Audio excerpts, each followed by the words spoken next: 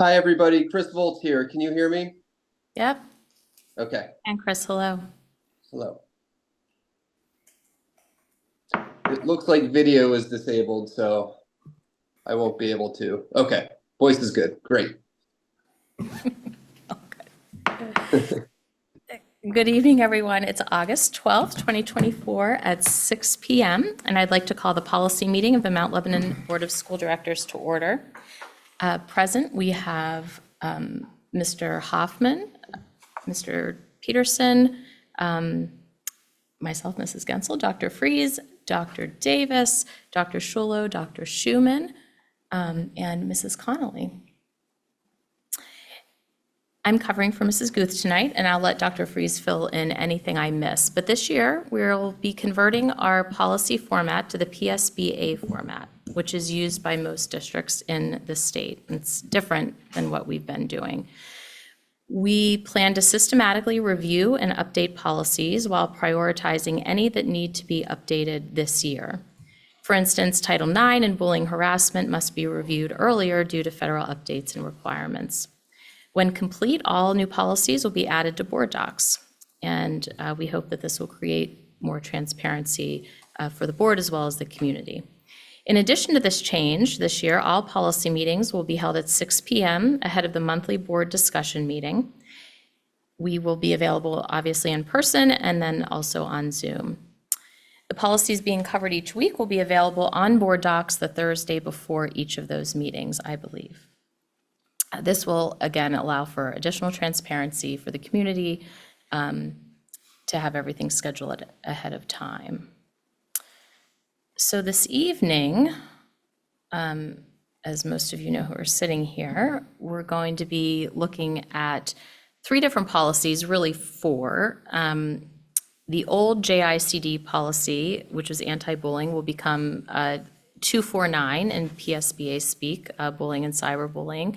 We have the GBAA, which is the old policy, becoming 103, discrimination, harassment affecting students. And then we have policy 104, discrimination, harassment affecting staff, and also one involving the reasonable break time and lactation accommodations for staff. So I'll let Dr. Fries take over and Yeah, you covered everything. Thank you so much for that quick overview of our current transitioning process to the PSBA policies. The first one that we're going to look at tonight is the move from JCID, anti-bullying, which is our former language for anti-bullying, to 249, bullying and cyberbullying. When you take a look at board docs, you will see that there is the old policy under A. And then under B, you'll see the new policy that lists out the PSBA recommended policy, and then you'll see underneath it the PSBA revisions for 249. In the revisions, it is noted all the changes that were made to make it align with our policy needs here within the district. So for instance, and we have Mr. Voltz, as well as Mr. Peterson here with Tucker Aaronsburg to answer any questions that may come up from a statute standpoint. As you mentioned, these changes are required by law at the start of each school year to make sure that even if there are no changes, that we've reviewed them and we've revised them as needed.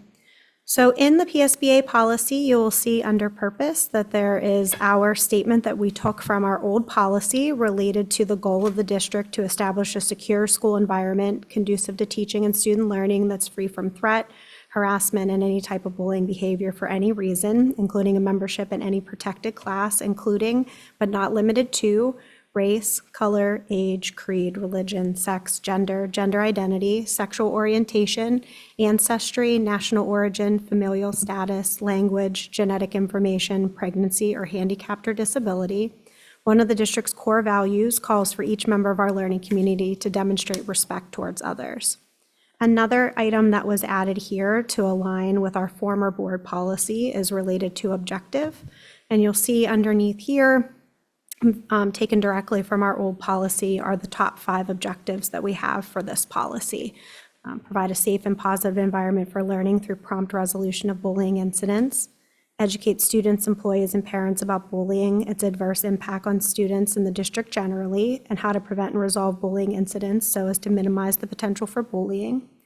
Communicate to district students, employees, and parents the district's commitment to countering and preventing bullying, and inform the district community of the specific measures the district will undertake to resolve problems in this area. Delineate disciplinary consequences for bullying and authorize the development of prevention, intervention, and education programs, and then identify the appropriate school staff person to receive reports of incidents of alleged bullying. Policy then takes us into definitions, where you'll see that we've added another item here from the PSBA policy to include and/or outside a school setting to the bullying definition.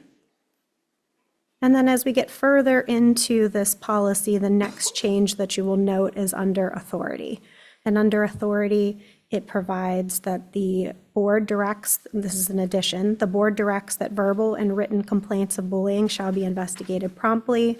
The investigation may include interviewing the students, school employees, or others involved in the matter, contacting the parents of the students, reviewing school records, and undertaking a more thorough investigation. Appropriate corrective, disciplinary, or preventative action be taken when allegations are substantiated. In addition, and when appropriate, restorative practices, including but not limited to supportive measures for the victim, will be employed by the district. Much of this language is also added from the PSBA, but also added from our language that we created in 2023 to ensure that this was a very thorough policy. And then as you kind of go down through the rest of the policy, you will see that there's some additional language changes around guidelines as it relates to education. Instead of saying shall, it says may, which is a result of the new guidance from the federal government. And then you'll also see that that is really the remaining part of the policy. Everything else has stayed fairly similar, but with the updates as required by law. Mr. Volz, is there anything that I missed or anything that you want to cover that is specific to the new guidelines provided by the federal or state government related to this policy? No, I think you covered everything very accurately and thoroughly. One thing I did want to note, if you scroll up to the definitions, we included under the definition of bullying, I don't know why, it's probably my error not including this in track changes, but the examples of bullying and cyberbullying are incorporated from our old policy as well. We moved that over. We thought it was helpful and consistent with our prior discussions to give examples of what can constitute bullying and cyberbullying behavior. Thank you. But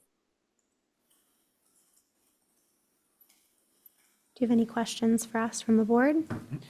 Dr. Freeze, may I make one suggestion that I saw a little bit later on after we read and reread these? Under authority, it talks about the report form available from the building's principal. I wonder if it's prudent to just list as each building's website. This way parents know to go directly to the website to get the form. Okay, that's a great idea. We can add that. It's in that beginning of that third paragraph there, under authority. Under authority, okay. I noted it on mine. I can bring it upstairs. Thank you. Mr. Hoffman? Yeah, so I have a couple things really about clearing up some confusion. Some of this carried over from the previous policies discussed. So the definition, I think, is quite clear, but then as we scroll down to page 3 and look at the example, there's a bit of an inconsistency in my mind. The definition says that bullying can occur after one act, where when we go to the example, it talks about a pattern of repeated behavior. And I think that has in the past created confusion at the building level as to how to handle and identify bullying.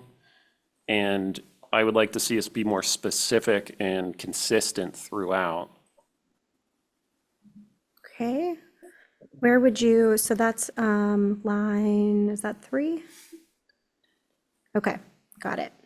Are you seeing that? Yes. So if we can be consistent with the definition as we provide examples, I think that's helpful.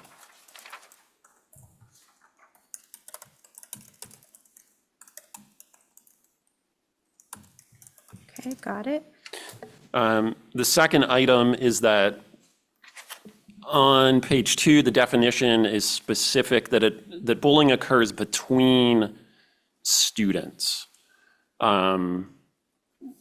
It seems student-specific and not adult to student. So for example, how's it handled when an adult would refuse to use a student's pronouns in the classroom? Mr. Volz, can you give us some information on that? So generally speaking, the new Title IX regulations address this. They state that the repeated and intentional misgendering of a student or a colleague can create a hostile environment, and that would be a violation of our policy 103. That is to say, I agree with you that as written, it addresses student-to-student conduct, and we could certainly look into whether we should add restrict it to student conduct. But I do want to confirm that such a situation is addressed in the Title IX harassment discrimination policy. Okay, right, which we'll be discussing next. Yes. Yes. The next item I have is about cyberbullying, and that is defined here is specifically through social media, if I'm reading this correctly, which seems a bit too specific. Cyberbullying, again, there are examples about text messages, emails, but the definition talks specifically about, limits that to social media. That's on, it's on page 3. Yeah, the quote unquote the quote definition of cyberbullying you're referring to. Yes, that's right.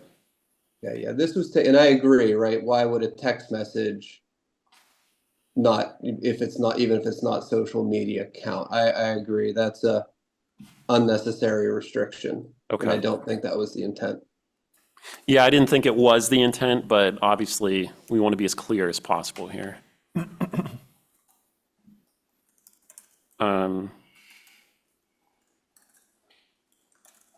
The next item is about the school setting definition. That's on that same page. It's about being on school or school grounds and school vehicles.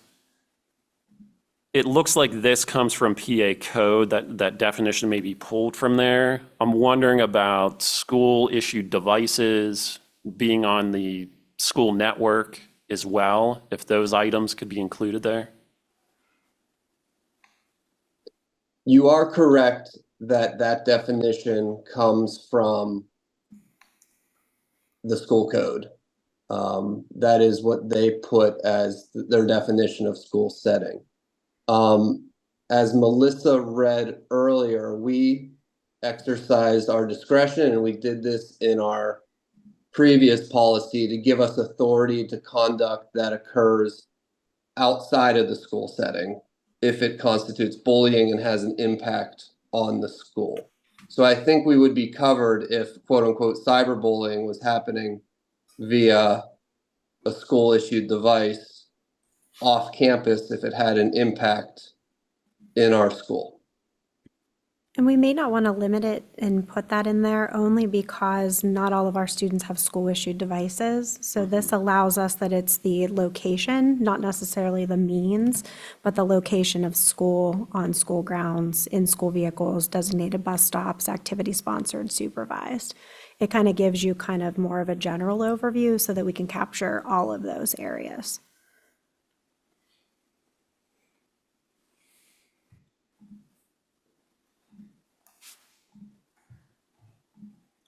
So if a student is being bullied by another student and the actor is doing it from a private residence directed during non-school hours,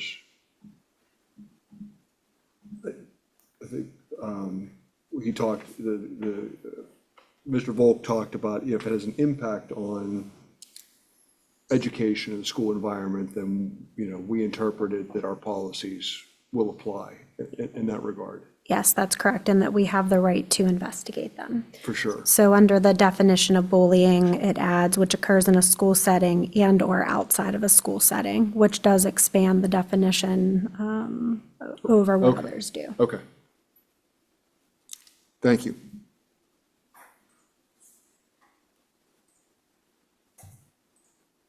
Yeah, and I like the point that you brought up, Mr. Hoffman, about specifically calling out the devices, but I see the argument that if they're on a private device, it's not a school supplied device, I don't want to negatively impact our ability to Right. appropriately intervene if they're on their own iPhone. Yeah, that's right. And that certainly changes as kids go through, middle school and high school. For sure. There's more and more, bring your own device usage Yeah.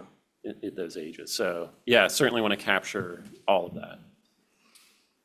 Yeah, in the paragraph on cyberbullying, it notes that it's a violation of the policy if the cyberbullying relates to the school setting.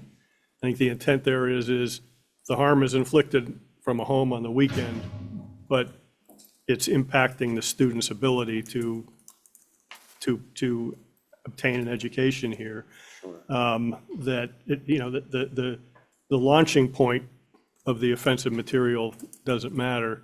And then we also have our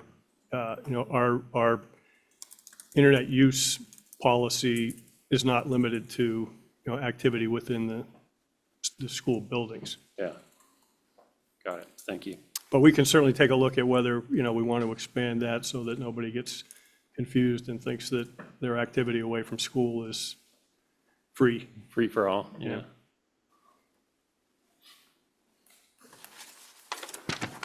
Anyone else? I agree with all of your points, Mr. Hoffman.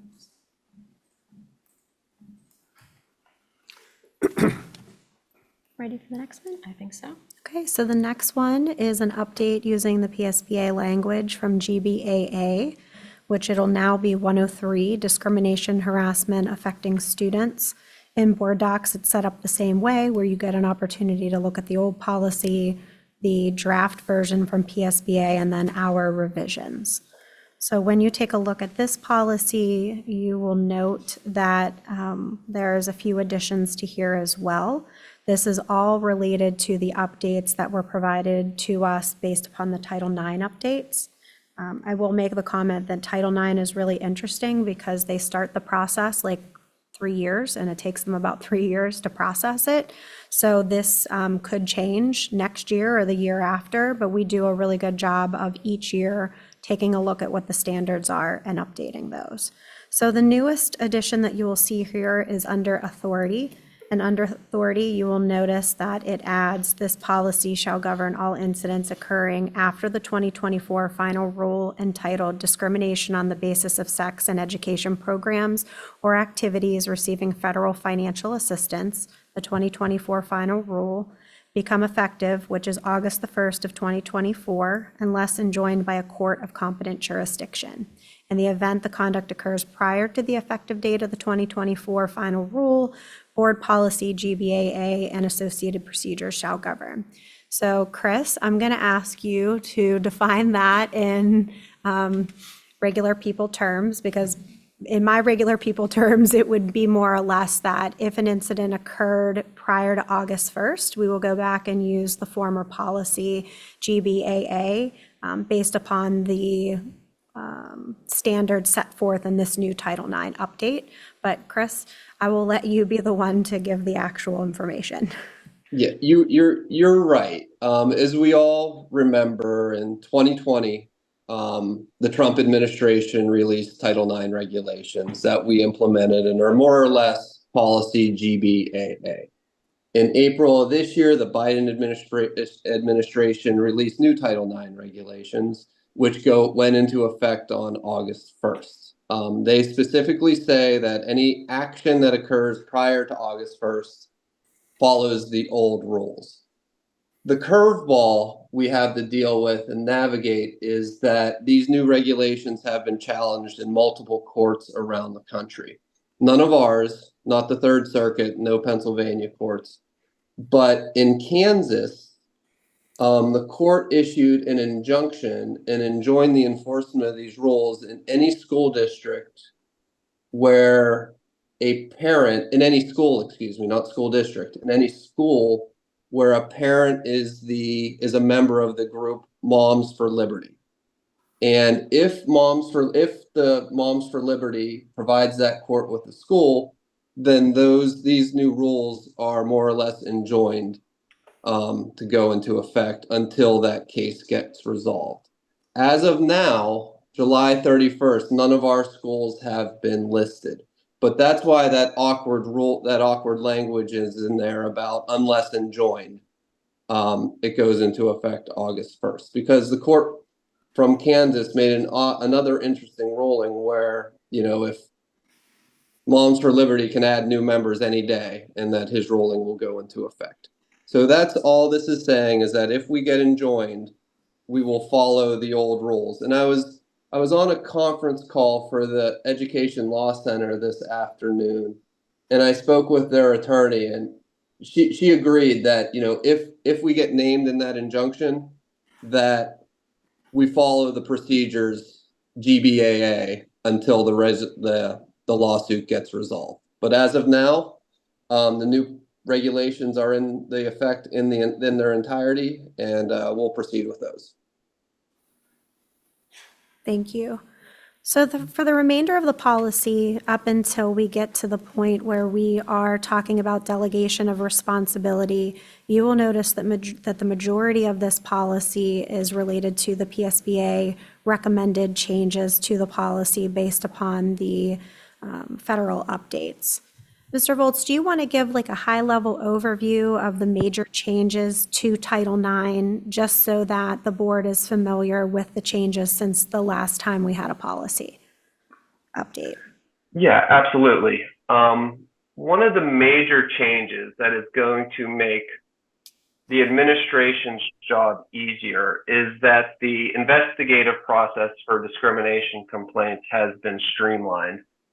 Previously, under the old rules, we needed a separate investigator who would write a report to a separate decision maker who would review that report and then make a determination.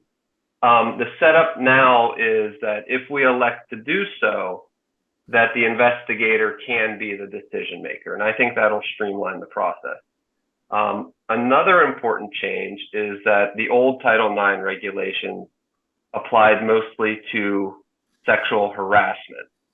And these regulations apply to all forms of sex discrimination. So these have a much broader scope, but a simplified process. Not a simple process, but a simplified process.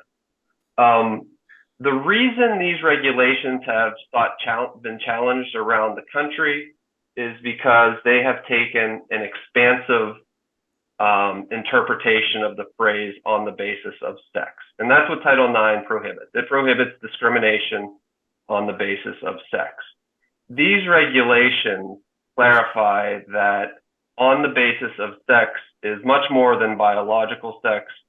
It includes gender stereotypes, gender identity, sexual orientation. That isn't really a change for us. Pennsylvania Third Circuit law has taken that expansive interpretation even when the 2020 regulations were in place. So, that's no real change for us. Our old policy included that as well, but that's what's caused a lot of litigation around the court and kind of makes it strange that the Kansas is enjoining people all around the country, including Pennsylvania, where the regs are perfectly consistent with how our courts have interpreted Title IX. But those are the three, I would say, big differences between the old policy and the new policy. And to Mr. Volz's point about the change in how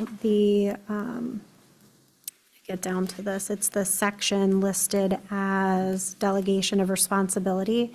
It clarifies that for our particular school district, the Assistant Superintendent of Secondary Education, Ron Davis, will be the district's compliance officer and Title IX coordinator with ultimate oversight. And then his information is listed below there. And then the superintendent may appoint additional individuals as Title IX coordinators, but at least one individual must be designated to main ultimate oversight. It's important to note that the three of us, myself, Dr. Davis, and Dr. Shulo, all have Title IX training, and then we're going to get some additional training as well for Mrs. Connolly, so that there are 4 of us that are trained in Title IX to assist with this process. And then, other than that, in terms of the policy, the next time you'll see changes to the policy that PSBA recommends is under the section listed as guidelines.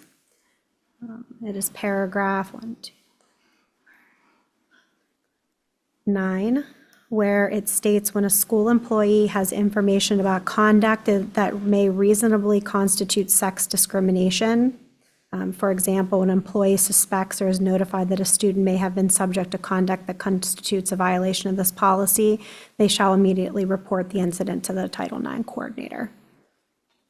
And then the next time that you'll see a change is 3 paragraphs below that, where it talks about all employees, including the building principal and superintendent, shall promptly notify the Title IX coordinator of all reports of discrimination, Title IX sex-based discrimination and harassment or retaliation.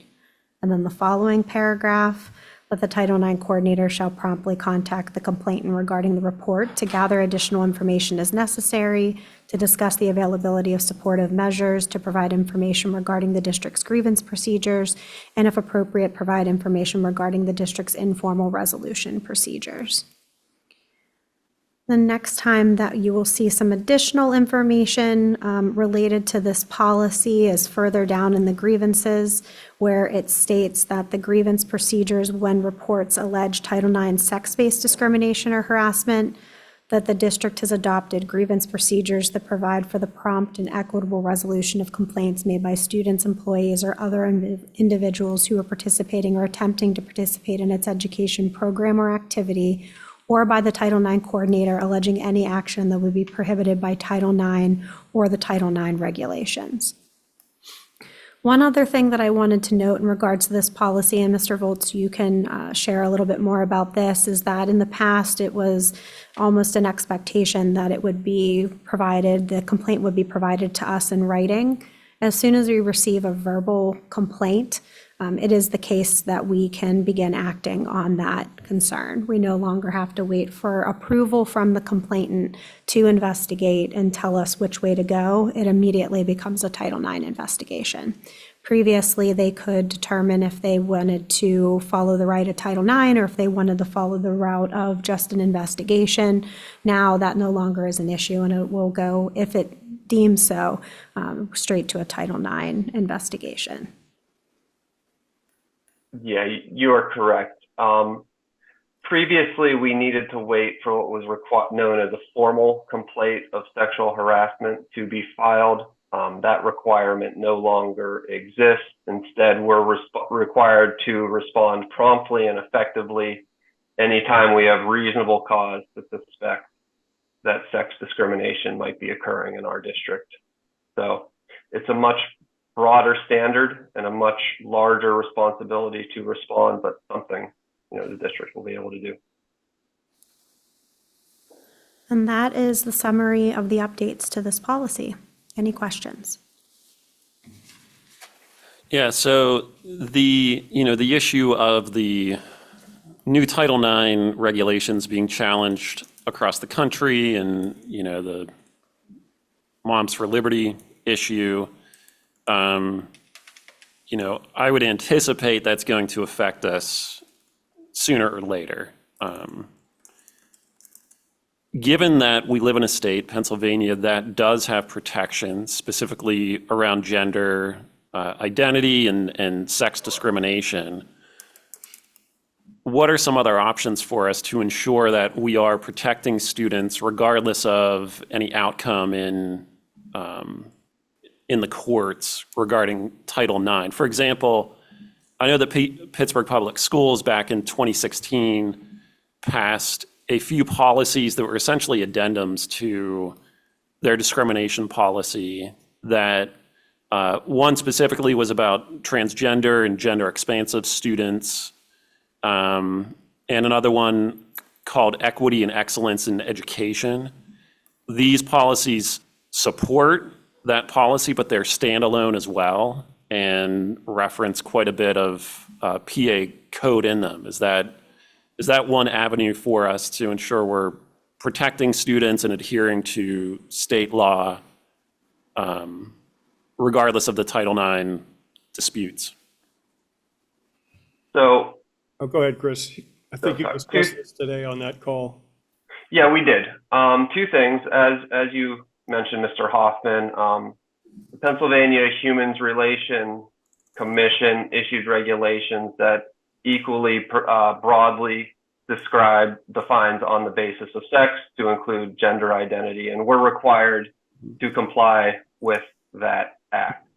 In addition, the Kansas decision doesn't enjoin us from enforcing this policy.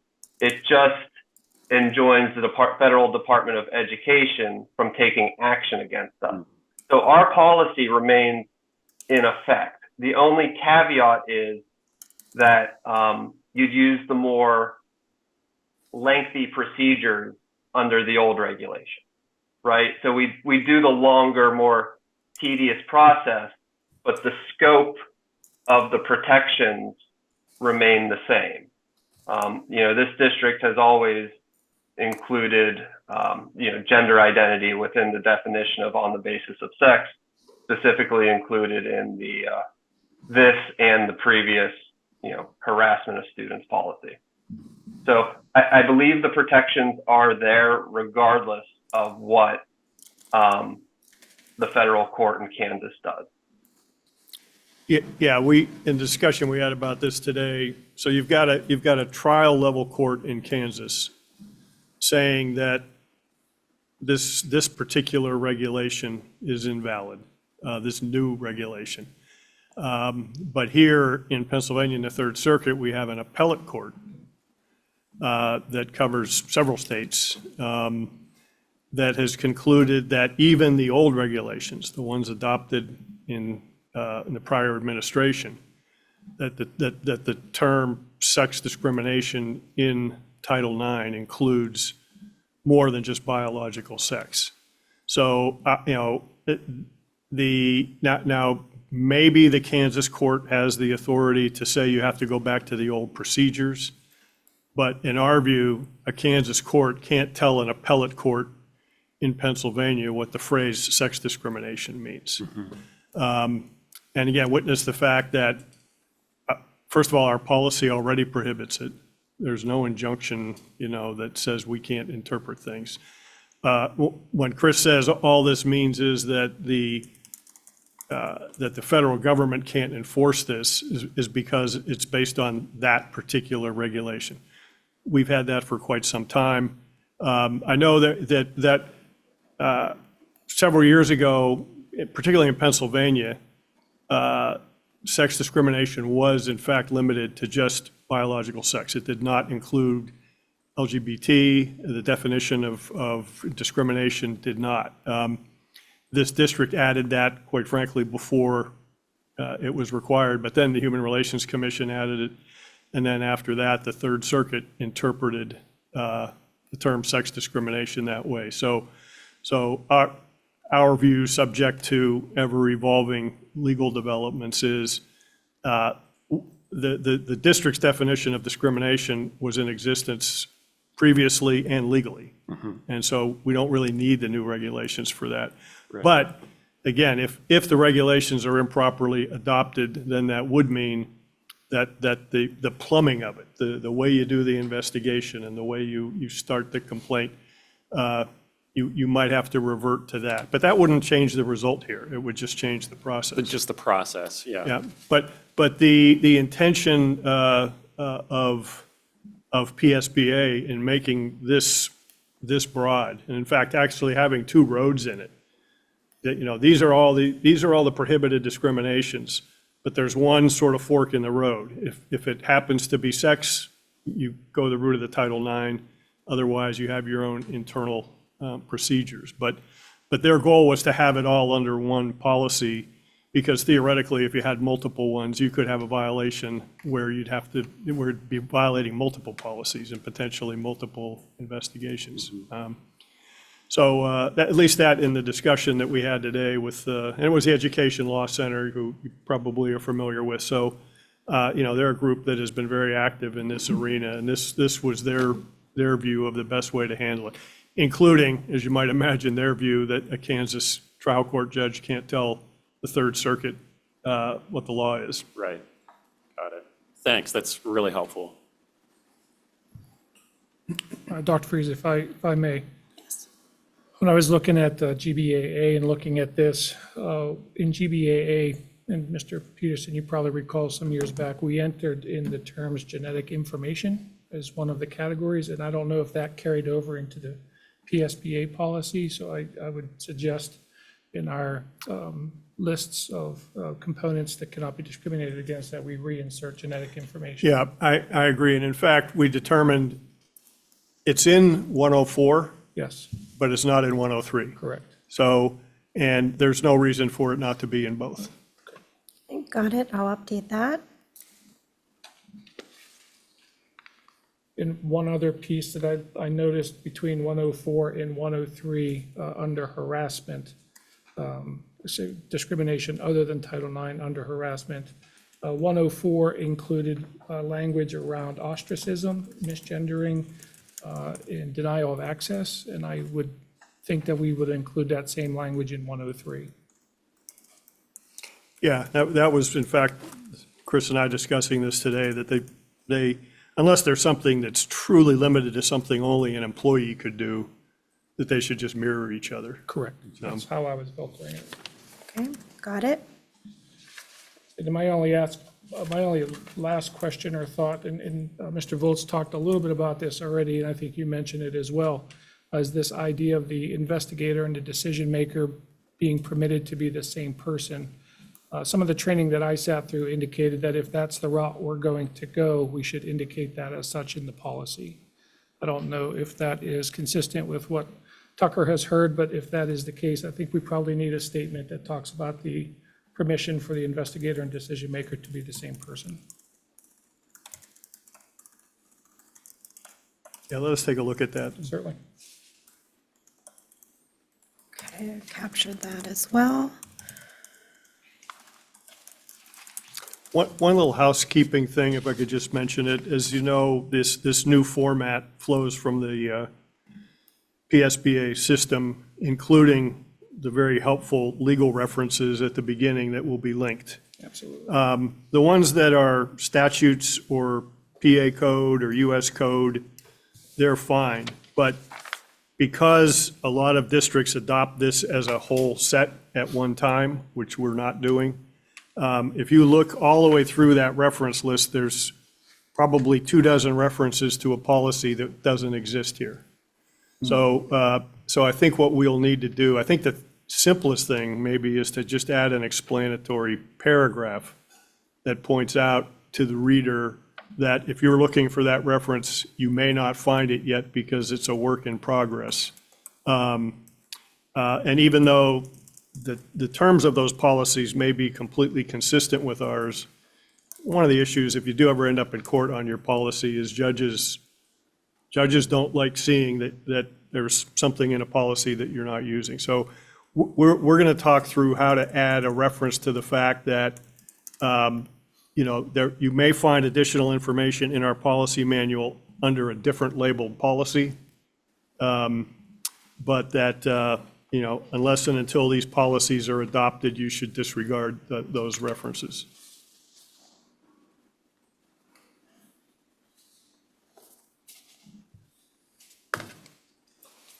Any questions or comments on 103 before we move on to 104? Okay, so the next one is formally GBBA, discrimination, unlawful harassment, sexual harassment of employees. It will now be known as 104, discrimination, harassment affecting staff. Again, inside the board docs, it gives you the PSBA policy as it stands, as well as the revisions that were made by our team. And when you take a look at this policy, you will see some additions under first general definitions, where you will see the inclusion of pregnancy or related conditions as defined in federal law shall mean pregnancy, childbirth, termination of pregnancy or lactation, medical conditions related to pregnancy, childbirth, termination of pregnancy, lactation, or recovery from pregnancy, childbirth, termination of pregnancy, lactation, or related medical conditions. That is the language that is now there in terms of the definition of pregnancy. And then if you scroll a little bit further down into the policy, the next set of changes that you will see, it's pretty far down, is under the idea of delegation of responsibility, where you will see the same addition that we made for the student policy, which is that Dr. Davis will be the oversight for Title IX, as well as the designation that the superintendent may appoint additional individuals as Title IX coordinators. And then if you scroll a little bit further down, under the title of reports of Title IX, sex-based discrimination and harassment and other discrimination and retaliation, very similar to the other policy, it states that when a school employee has information about conduct that is reasonably may constitute sex discrimination. For example, an employee suspects or is notified that a district employee may have been subject to conduct that constitutes a violation of this policy, they shall immediately report the incident to the Title IX coordinator. And then in addition to that, under the complainant or the individual making the report may use the discrimination, harassment, bullying, hazing, dating, violence, retaliation report to make such a report. And then underneath that section, all employees, including the building principal and superintendent, shall promptly notify the Title IX coordinator of these claims of discrimination, harassment, Title IX, sex-based discrimination and harassment or retaliation. And then in addition to that, it has been added that it is necessary to discuss the availability of supportive measures to provide information regarding the district's grievance procedures and, if appropriate, provide information regarding the district's informal resolution procedures. And then other than that, that is the majority of the changes. The other area which we covered in the student policy as well is how to address complaints when the alleged conduct does not qualify as Title IX sex-based discrimination or harassment, but could be addressed under another complaint process or board policy. That has been removed because now it immediately becomes a Title IX investigation. And then if it is deemed that it is not, then it will move to another process for investigation. And Mr. Volz, is there anything that I missed or anything else that you'd like to highlight from the changes in this policy related to the federal updating guidelines?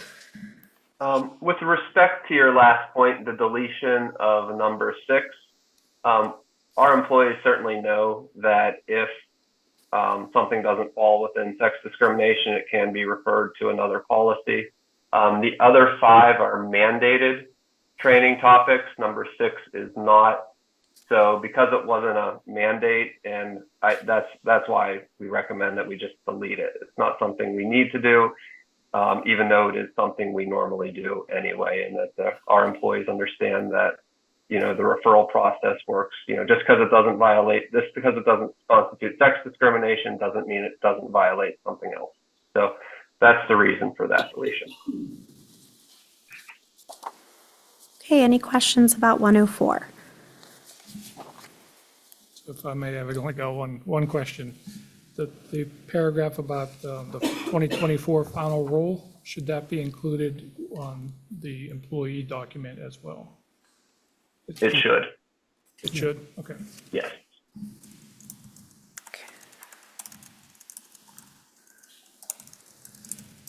Okay, got it.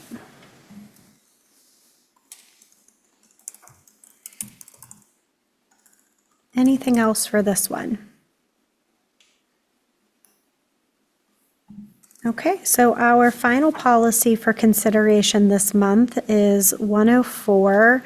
It's basically 104.1 that speaks more specifically to lactation.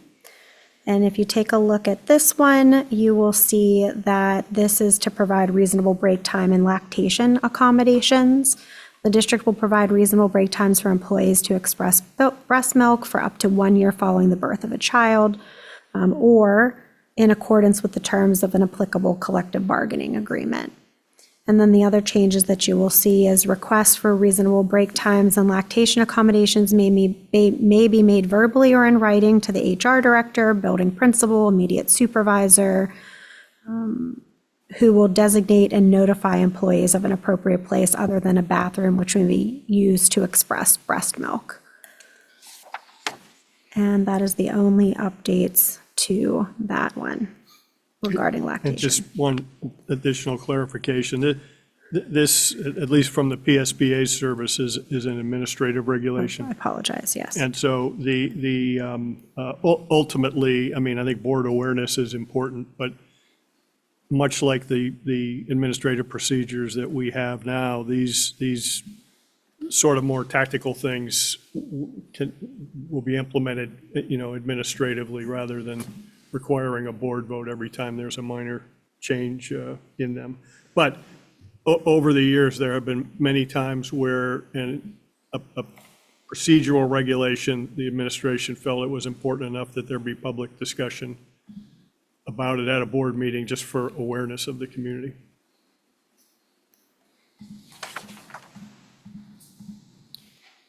Okay, and that's all we have for you.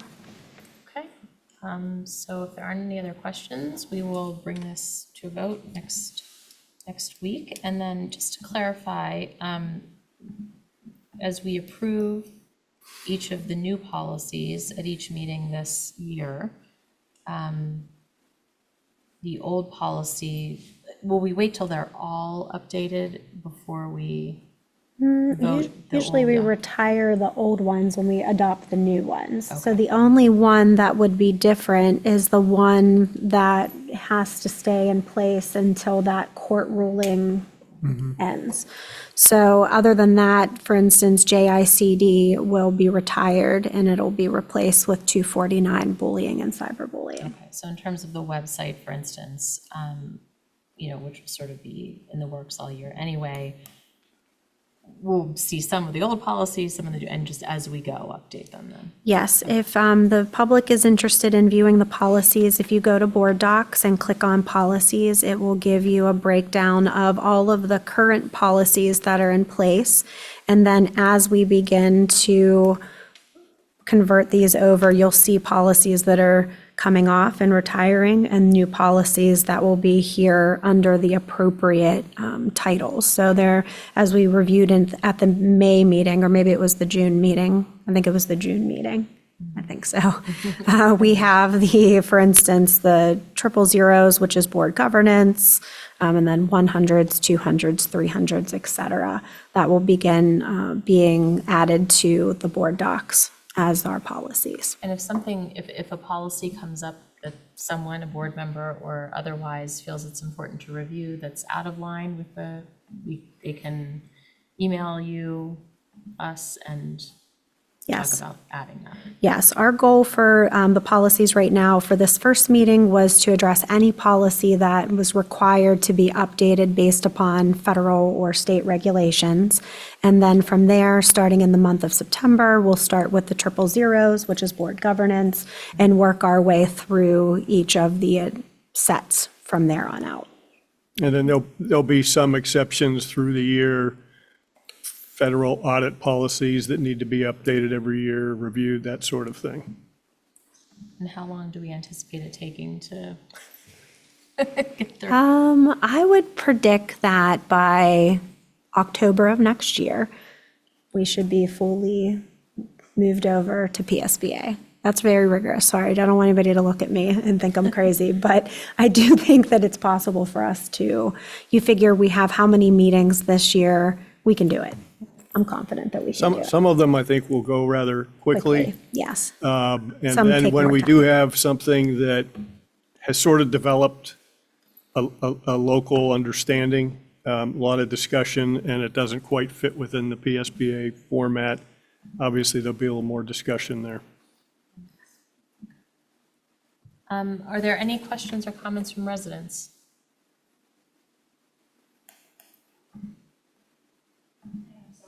Okay, sure. You can come to the microphone.